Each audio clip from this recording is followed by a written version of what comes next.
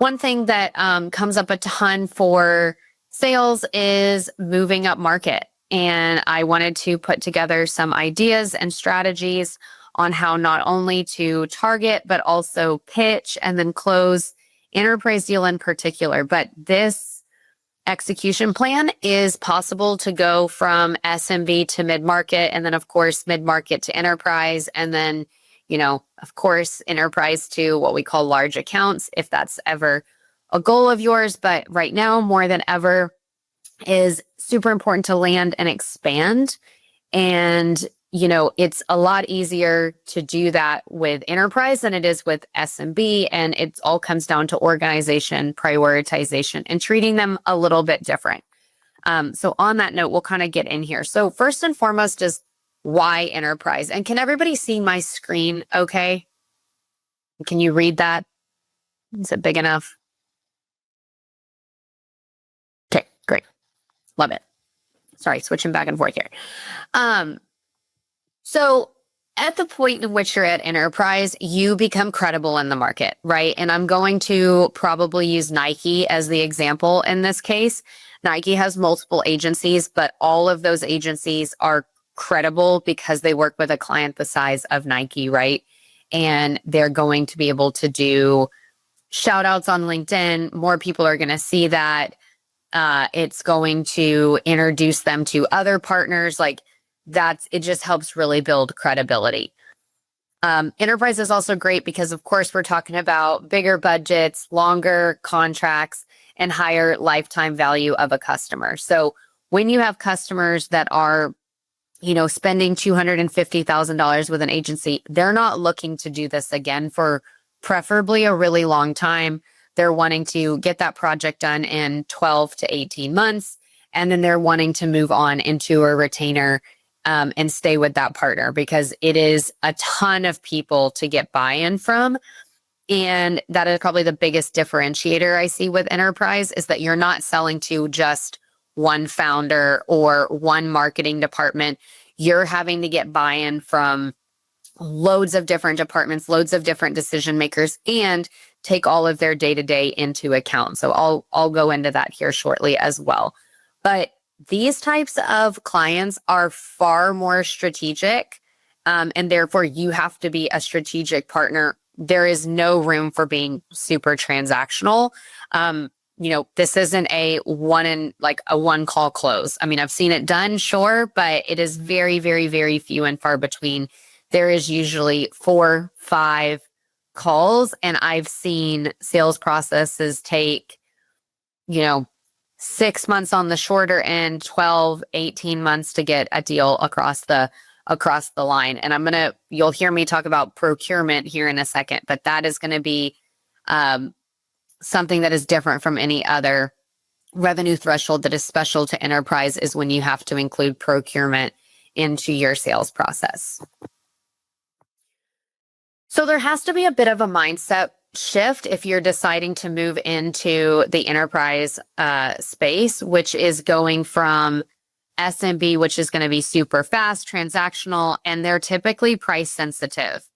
Enterprise is slower, all about the relationship, and it's all about value and how you're going to mitigate risk.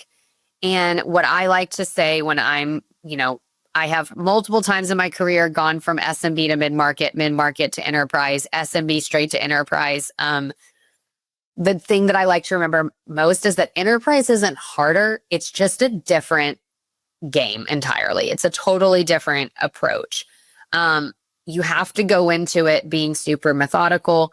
You cannot rush an enterprise deal. If you do, you're going to count yourself out from the beginning.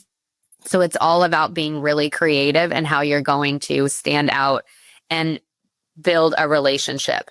For those of you on the call that maybe are not playing in an enterprise space quite yet, it probably is daunting to say, well, how do I do that? That your biggest, your strongest factor that you have available to you is building a relationship and trying to honestly make a friend and then make that friend into a client. And then if you replicate that, you get a case study. Now you begin to actually move up market. So it is a slow burn, But once you do it, you're on fire, and now you're tracking and reporting, and everything else just looks totally different based on how you're approaching the enterprise space. Oh, okay. So what changes when you go upstream? Number one, and I said this at the beginning of the call, is that you are going to have multiple stakeholders, whereas in SMB, usually mid-market, you're talking to one person who maybe has to talk to another person, but that's about it. In enterprise, you might be getting a hold of a marketing manager who's going to then take this to the CMO. The CMO is going to have to talk with the CTO to get buy-in over there. So now you have the tech person involved, you have the full marketing department involved, and then they want to get a proposal from you. Great. So you're thinking this is going really well. Guess what? Now we enter procurement, which is the legal process. So you're probably going to have attorneys or someone who sits between the attorneys and the actual quote unquote people you've been in touch with, the decision makers or the champions in this case, involved in the process. They're going to have to approve everything. And then finally, once everything is buttoned up, now it goes to the executive, the CEO or something like that to actually fully sign. If you get lucky, sometimes it's still the CMO and CTO. You don't have to involve that higher up, but I've seen it go both ways. So you're usually talking to 4 people on average at the point in which you are at the enterprise level. Again, they're making a long-term decision. This is somebody that you can count on, $250,000 in revenue off of one project. This is somebody who's going to spend $10,000, $15,000 a month minimum in a retainer that you can count on for years to come. So it's not, something to rush through by any means. But what you have to do is you have to go in with the expectation that your documentation, your references, and your processes are going to look different. So you're going to have like a flow chart for what they're going to expect, how many calls, what's going to be covered on the calls, who do they need to bring to those calls.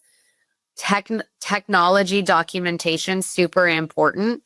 Shopify has moved to this as of late, having a technical requirements doc filled out after your first call before you go into any additional calls.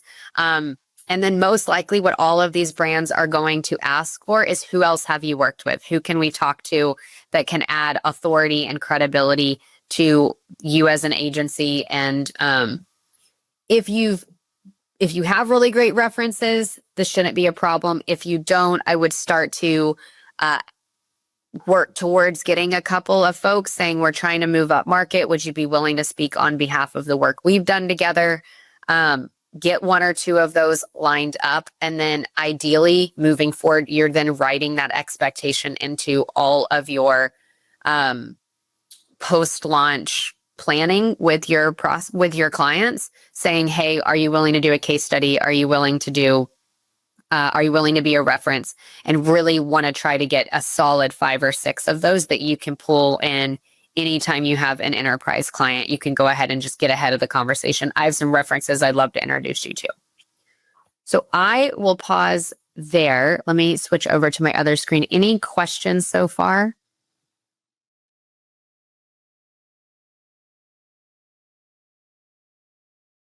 No? Oh, okay. Someone's typing. Not yet. All right. Hey, Jason, how are you? Awesome. All right. So when you're targeting enterprise accounts, first and foremost, you probably have been working within an ICP. You now have to redefine that ICP. It is no longer this 5 to 50 million. If you are confused or feel like you don't really know, this is a great conversation to have with your partners. Go to Shopify, go to Klaviyo, go to BigCommerce, whoever your biggest platform partners are. And you need to ask them, hey, at what point in your book of business do you transition from mid-market to enterprise? And what does that criteria look like? So we're redefining that ICP specifically by revenue, right? Is it going to be 100 million to a billion? look at the brands, look at the top like 5, 10 sexiest brands that you would love to win. Look at what their revenue targets are. And then build a new ICP around that. Have number of employees averaged out. And then are they like, where do they fit in the ecosystem? At what point do these people move from Magento to Shopify? What are their reasons for making that type of a move? And you become the go-to expert, well-versed in that type of ICP. And now you're redoing your one-pagers, you're redoing your capabilities decks, and your messaging is just going to be tweaked entirely. So probably the most important thing that you can do when going up market is, instead of having, these lists of 200 to 1,000 brands that you can automate messaging to pre and post an event, let's say, now we're taking 12 months and we are targeting 50 to 100 lists, or a list of 50 to 100. And this is your dream client list. These are people that fit within that ICP that you've established. And you need to know 5 contacts at each company and what would be important to them. And we're going to start with outreach to one person. You don't get through, you move on to the next person. You do get through, be prepped to ask to include so-and-so in a call. You become almost obsessed over the course of 6 to 12 months in this dream list of 50 to 100, because what you have to sell yourself is you're going to become a long-term extension of their brand. If you don't know how to do this, there's a plethora of tools. If you have ever heard me speak before, I pretty much talk about the same ones every time. Great things to start with: LinkedIn Sales Navigator, Apollo, Clay, and then totally underutilized and has, I think, the biggest bang for your buck is your already existing partner programs. Tell your partners, hey, we're trying to move up market. Are you willing to work with us? Your partner managers should be inclined to want to help you do that. And they can even help you start building that dream list, because in theory, that's only helpful for them as well. Okay, so something else that's going to change is how you're going to express value.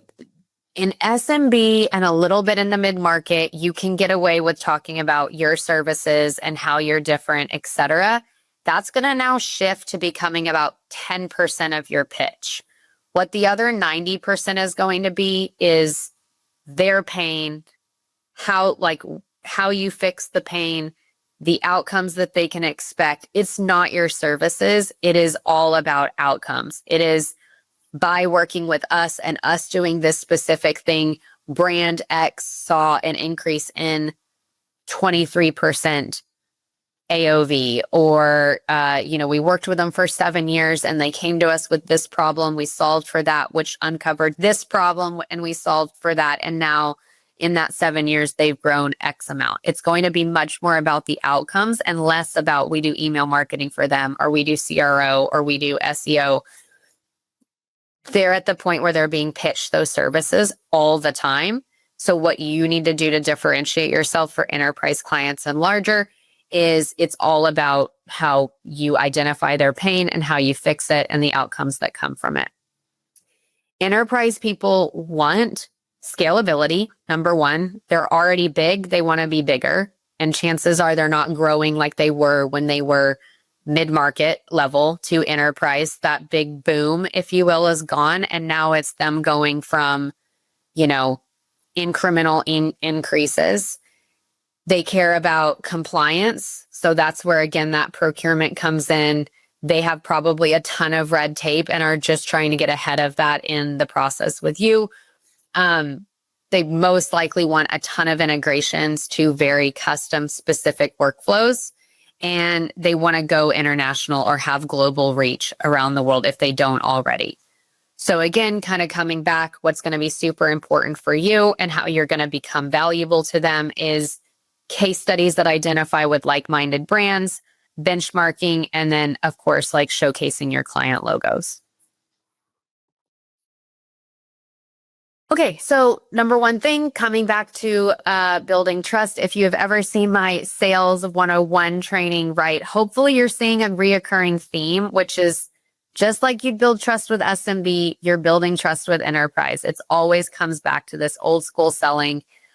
Just not being transactional is my biggest thing now more than ever if you're trying to enter into the enterprise space. So we've talked about multiple relationships. You're going to have what's called blockers.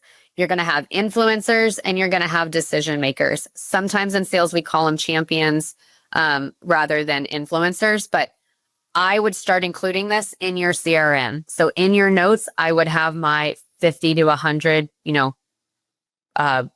dream brands.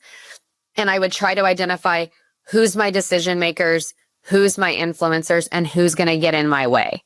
And just have an idea of who that is. Obviously, as you talk to them, if you do get to talk to them, you can obviously be wrong and switch those names around, but I would become so close with them to go ahead and get ahead of, I need to talk to this person, but they're most likely going to be against me. So I need to talk with this person who's going to influence me to get that person on board so that then when I talk with this person, that's my decision maker.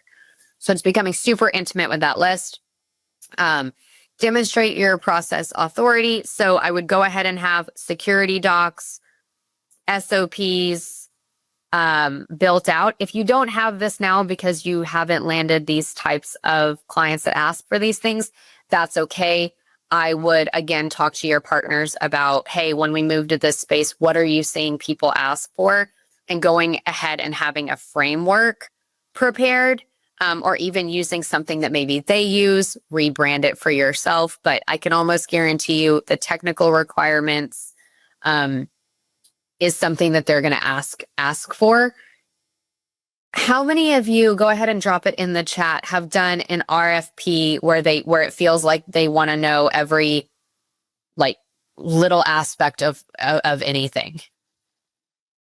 Yes. Okay, great. Anybody else?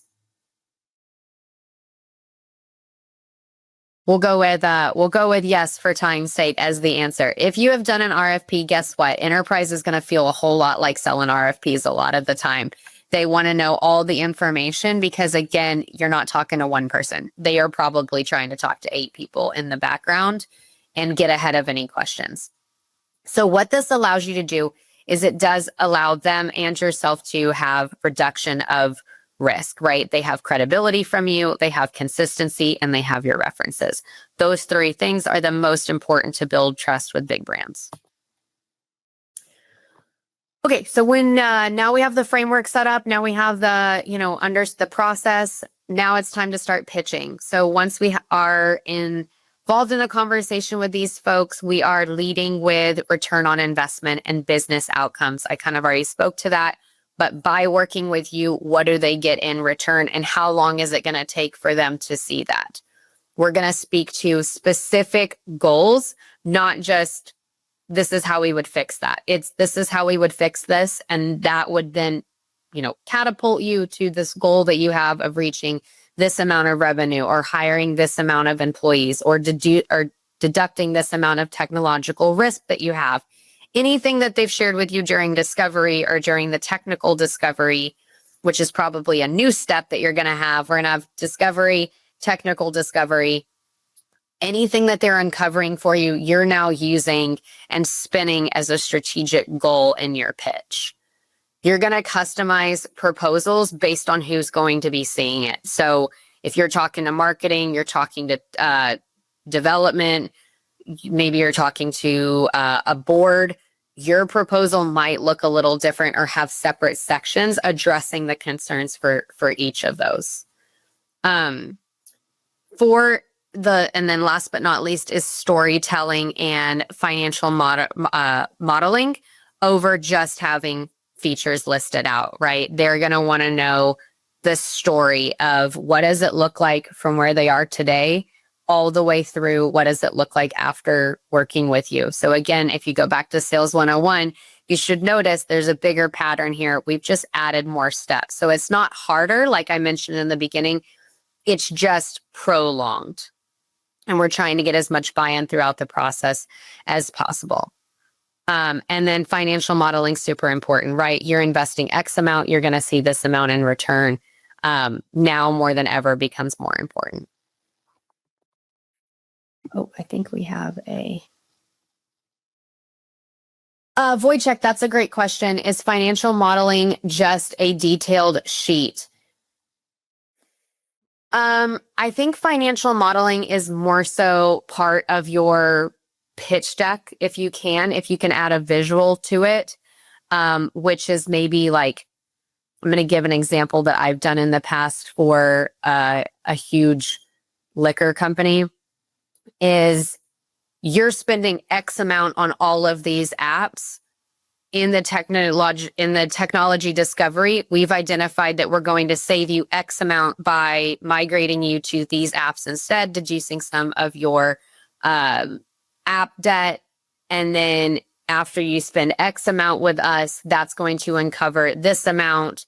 Like I've seen it mapped out. I've seen it put into a proposal. There's a couple different ways that you can go about doing it, but they're going to want to know, hey, by spending the X amount with you, how are we going to reach those financial goals? Because now we have legal and we have CFOs involved, probably now more than ever. Whereas some of your deals now, I'm guessing, probably don't have a CFO. It's a founder acting as a CFO. Now you're most likely going to have CEOs that can't even make a decision without including a CFO.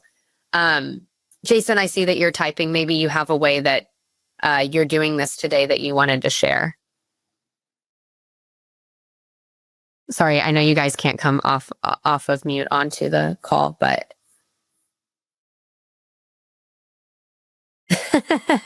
okay, Jason says avoid them like the plague.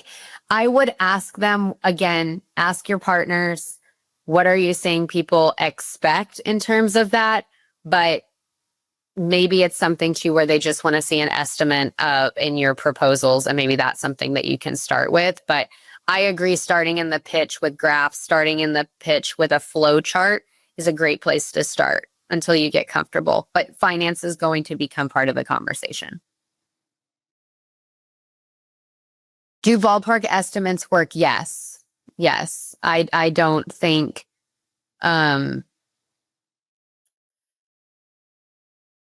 that's a loaded question because we get into a much bigger discussion, which is, do you start selling discovery separate from the whole project, or do you start selling the whole project within a range?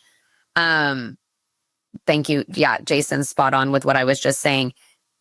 You can tell them in the pitch process, like during the pitch, hey, average cost that we're seeing based on your requirements now that we've gone through discovery and tech discovery, us solutioning this out, we're looking at a range of, I don't know, 150 to 200,000 or 225 to 250. Like you don't want to give an extreme range, but you want to give an idea to them. And then you need to get alignment before you go any further. At that point, now is an interesting thing to ask them. Are you trying to get this whole thing done at once? Do you have a lot of that already figured out? How many other people have you gone through this process with? If there's any yellow or red flags with that, you're now pitching a discovery separate from the rest of the project. Great. There's a couple of best practices. I'm happy to work with any of you individually on your business because this is great advice for some, maybe not everybody, but do you charge 20% upfront for a discovery alone? Do you actually map out the hours for your discovery and sell that alone? And then from that, you are then going into the implementation, the testing, the launch plan for the rest of the project. So enterprise sales looks a little bit different for different agencies, but that is what I suggest is yes, they're going to ask for a range. So go ahead and have one prepared. But I would definitely tell them in order for us to land on an exact amount, we're going to have to charge X amount for this discovery. And that discovery is going to uncover exactly what we're going to need to do for the remainder of this project.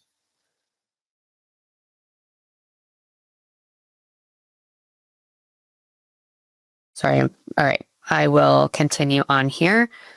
All right. I'm not seeing the chat anymore for a little bit. So I'll see it pop up if you jump in. But all right, so we kind of already went into this, which is great. But first and foremost, discovery call. This is where you feel like you're interviewing them with just like, hey, like what brings us to the call today? Who have you worked with in the past? Who needs to be involved? Do you have a budget? Do you have a timeline?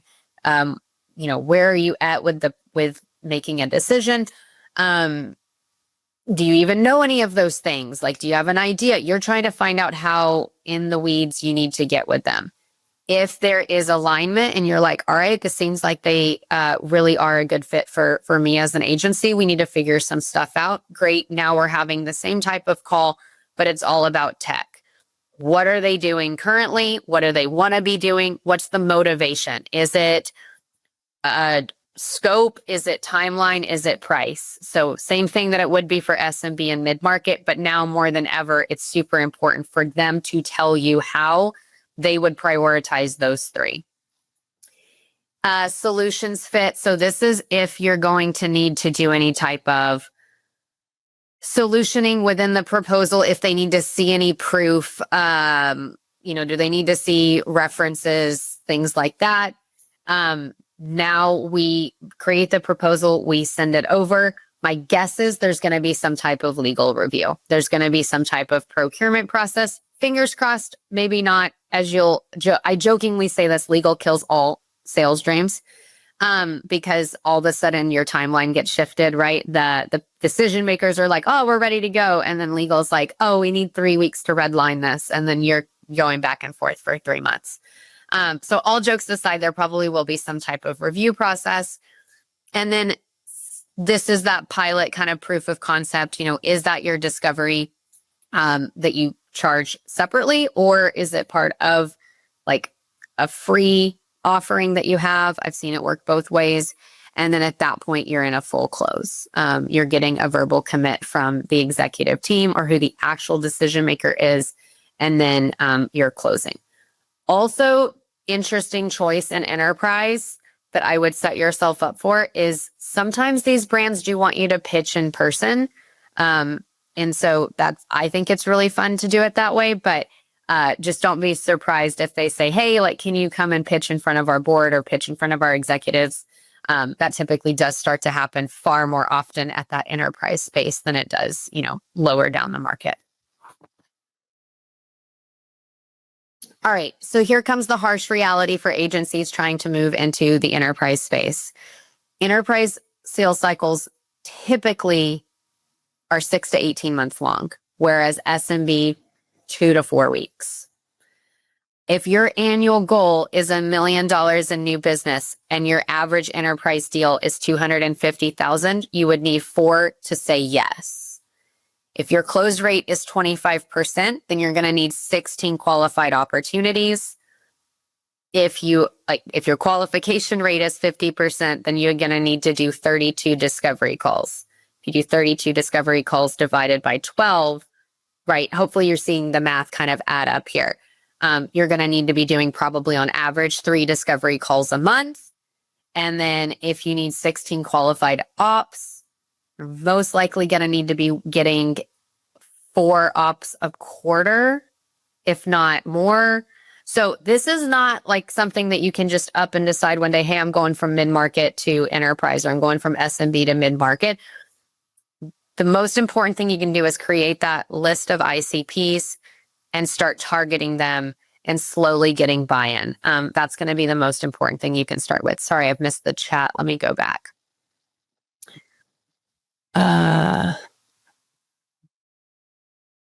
All right, it looks like Taha, generally get a pushback from them, but I've had a decent experience with clients that discuss their target price cost upfront. If they're not willing to share a range with you,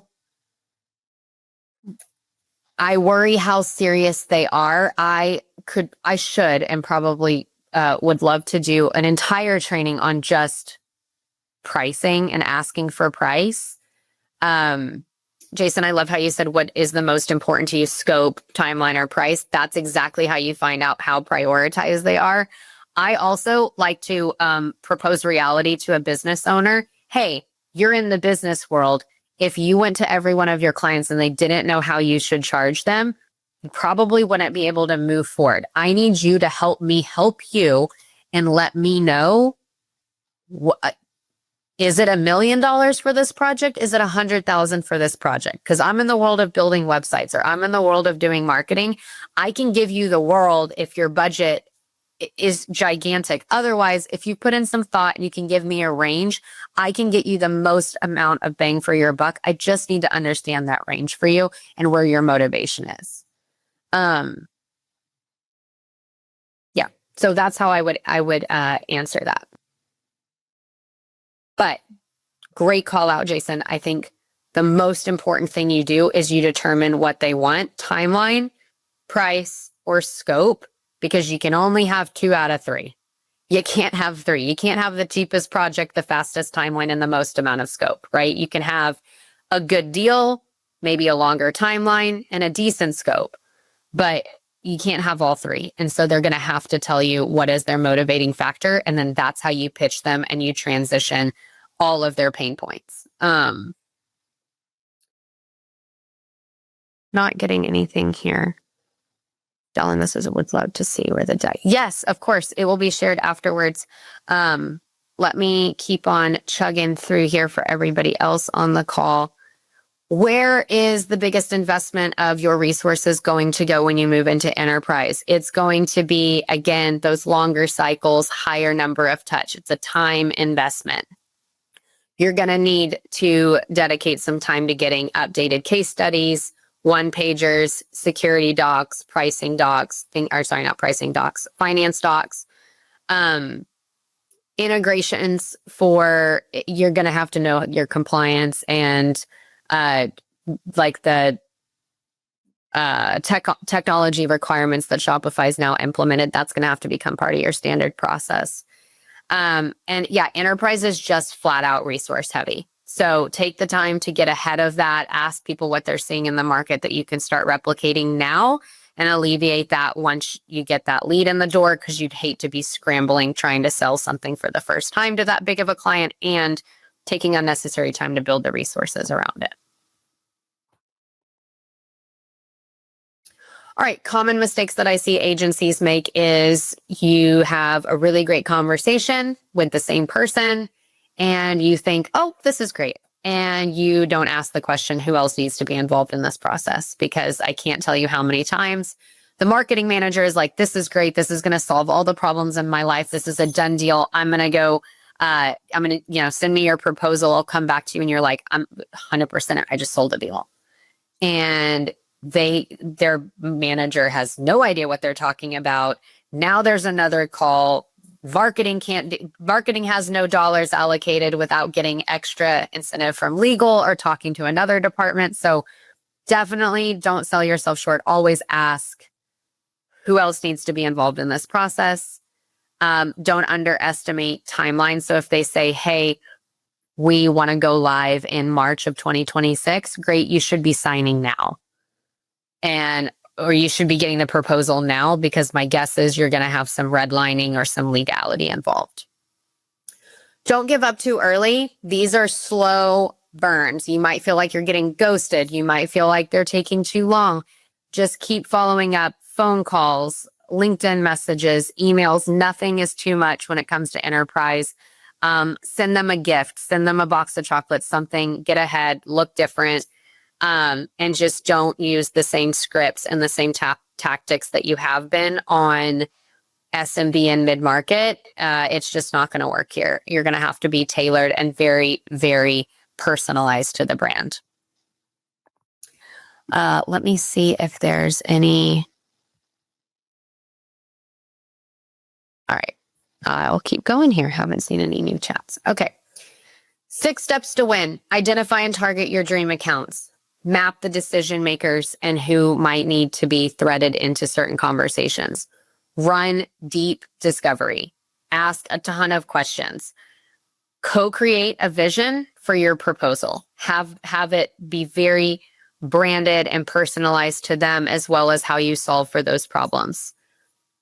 Navigate procurement and compliance with confidence. Don't make it seem like anything is ever too big of a deal when it comes to legal. Happy to chat with anybody through that process if that's coming up and causing headaches. And then don't ever be afraid to land small, land a paid discovery, and then expand it into a bigger project, land a smaller retainer after a project and expand it into a bigger retainer long term. This is a growth game. And so sometimes you have to give some stuff away in the beginning in order to become a major player long term. All right, so then it's time to close the deal. Expect multiple rounds of approval. I've told you this is multi-departmental. Align on what ROI means for them. Overcome any final hurdles. There's bound to be hurdles in negotiation, so just be prepared for those. Negotiation tips, be flexible on scope. I would say add some margin so that you can come down. You may have to be flexible in terms of negotiating timeline. So, hey, we can pull this out in order to bring up your timeline if you sign by X date. If they're willing, for a retainer, if they're willing to sign multiple years, I highly encourage giving discounts, and then just be prepared to have proof of success. All right, so expansion is the real win. So this kind of leads me on. Sometimes you have to take a hit in order to get long-term gain. This is very common in enterprise. We want to land them and expand them. So discount up front if you have to, and as long as you have a game plan on how you're going to get that back long term. The first project should feel like the entry point and not the goal. Like this is not a one and done type of situation. Quarterly business reviews. If you're not doing them or you should be doing them in mid-market, now you have to do them. This is your only opportunity to upsell and cross-sell continuously. And you're going to be your project managers, your sales team, account managers, however you're structuring your team for enterprise, need to be very aligned on a process for QBRs. I have plenty of templates in that regard if anybody needs them. But yeah, you're all about the upsell cross-sell game at this point. And deliver excellence. Yeah, don't get involved. Don't overpromise, undeliver in a space that you're not ready to be excellent in yet. Be upfront with people. That's going to be your long-term strongest sales motion. Okay, last minute takeaways here. Sorry, just pop it back over here. Love it, Jason. Always spitting the truth over there. Okay, enterprise sales is a long cycle, high trust. Target fewer, bigger accounts by using account-based marketing. Invest in resources, both on the sales and the marketing side of things. Avoid common pitfalls. I just went over those. And map this out, whiteboard out the framework and stay consistent to it and tweak pieces of it that you think you're getting caught up in. But yeah, this is the name of the game over here.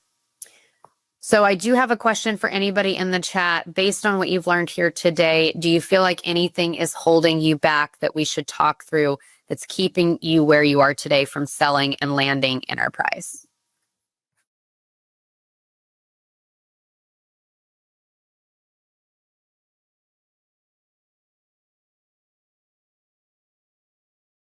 How much do you sell discovery, Jason? How early or fixed cost? Great questions. Wojciech, I'll answer what you said while I'm assuming Jason is going to respond to David. For you, Wojciech, how to resources with account base. I do have some suggestions if you want to ping me via email. I'm happy to discuss with you. But long story short, you essentially want to use Apollo, create a list of brands that you think you want to go after. And then I would start sharing those with your partner team, get them to add some of their brands to it in an ideal world. And now you're using Apollo or LinkedIn Sales Navigator to blow those lists out and get a ton of information.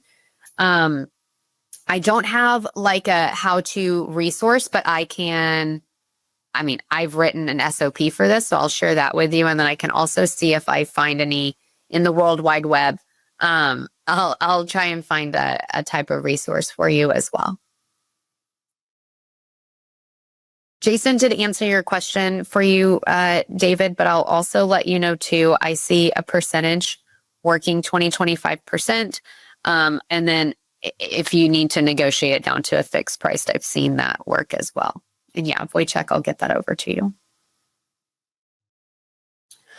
Okay, on the screen right here, this is just a QR code to my LinkedIn. I think we're all probably already friends, but if not, there it is. If you have additional questions, comments, concerns, anything like that that you want to discuss privately, definitely don't hesitate to reach out to me as well. I do know this presentation, along with how to join Rachel's community, I believe, is going out in the next couple of days from her executive team. Trying to think if there's anything else. Any last minute questions? We've got about 5 to 15 minutes here. I'll open it up to the group if there are any questions.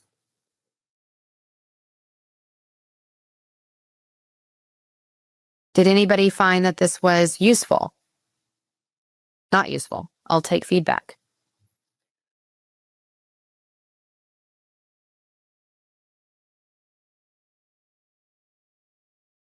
This is so weird. I wish y'all could come off of. Come on. I'm just watching you guys type.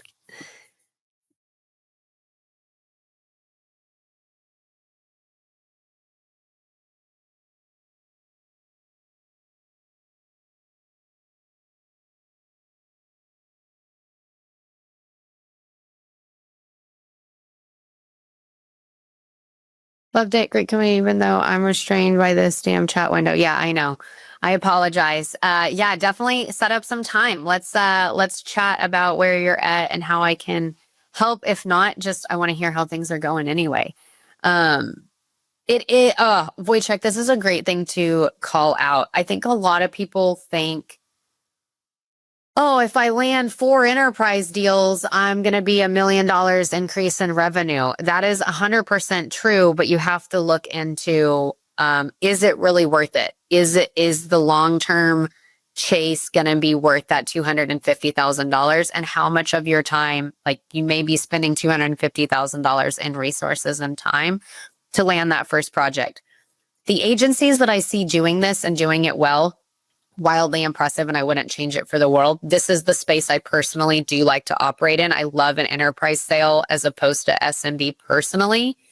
But it really, exactly. Yeah. This is not, it is 18 months of an investment to get that big lead. And so if that's worth it to you and you want it, then I would say take the slow burn approach, fill your pipeline, get the mid-market deals done.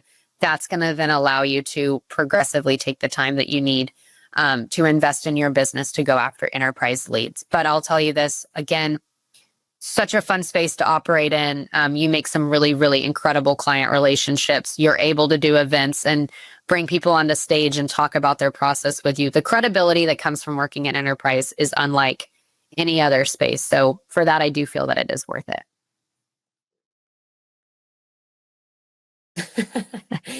Yeah. That's also pretty common. This is the other thing you'll realize, kind of playing devil's advocate here, is that when you work in enterprise and you see how much time they take up, it's almost funny when you start having SMB people thinking that they take up this, like they're going to try and take up the same time that the enterprise people do. So that's also an interesting perspective, is that you have SMB folks thinking they deserve your time like enterprise. So again, you want to pick an ICP and kind of run with it, because you don't want to be operating the same way to both. There's definitely there should feel like a difference in what you offer SMB mid-market and what you offer to enterprise. But again, I could ramble on this all day long. So any other last minute questions, comments, concerns? Otherwise, I'm happy to give some folks 10 minutes back. You are very welcome, Wojciech. It's always a pleasure to see you in and around. So absolutely, please, you guys, keep me updated, keep me posted on what's new, what's going on with you. And if you have any questions, think of anything, ping me either on LinkedIn or via email. And I look forward to talking to you all very soon. And I hope you have an absolutely wonderful rest of the week and enjoy the year that's coming up. All right. Bye, everybody.